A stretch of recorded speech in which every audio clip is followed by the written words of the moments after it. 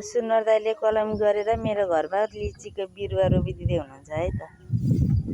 मेरो जग्गामा सुनर दाइले फलाउनु भयो भने फल्यो भने चाहिँ तपाईँलाई दिन्छु ल। फल्यो होइन फल्छ के हो त्यत्रो रुख रोपिसकेछु मैले फल्छ तर हल्लाउनु भएन। आज साउन 15 को दिन एकदम राम्रो गते बार परेको छ है राम्रो फल्छ होला हैन। धेरै राम्रो फल्छ। यतिकै हो यस्तै बनाउनु पर्छ माथिसम्म पुर्ने हैन।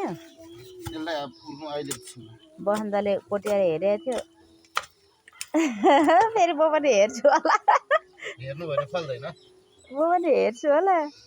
अरू जागिसक्यो तपाईँ त्यो जागिसकेको उखेर हेरेर फेरि रोपेको थियो त्यस्तै भयो नि त नि कस्तो हुन्छ भनेर हैन। तपाईँ उखाल्दै हेर्नु भयो अनि पानी चाहिँ कसरी हाल्दिनु त्यहाँ?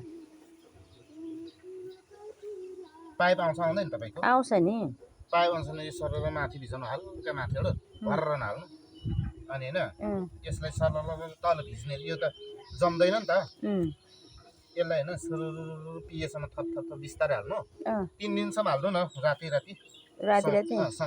बेला घाम आइगले चाहिँ नलाउनु। घाम आइगले चाहिँ लाउनु भयो भने हैन ठ्याट्टै मरिजान्छ मरि नै जान्छ त्यो। यहाँले त्यो सुँगुरको मल धेरै छ कि अनि त्यो चायापरम धेरै हुन्छ कि भन्छ। भयो अब निकै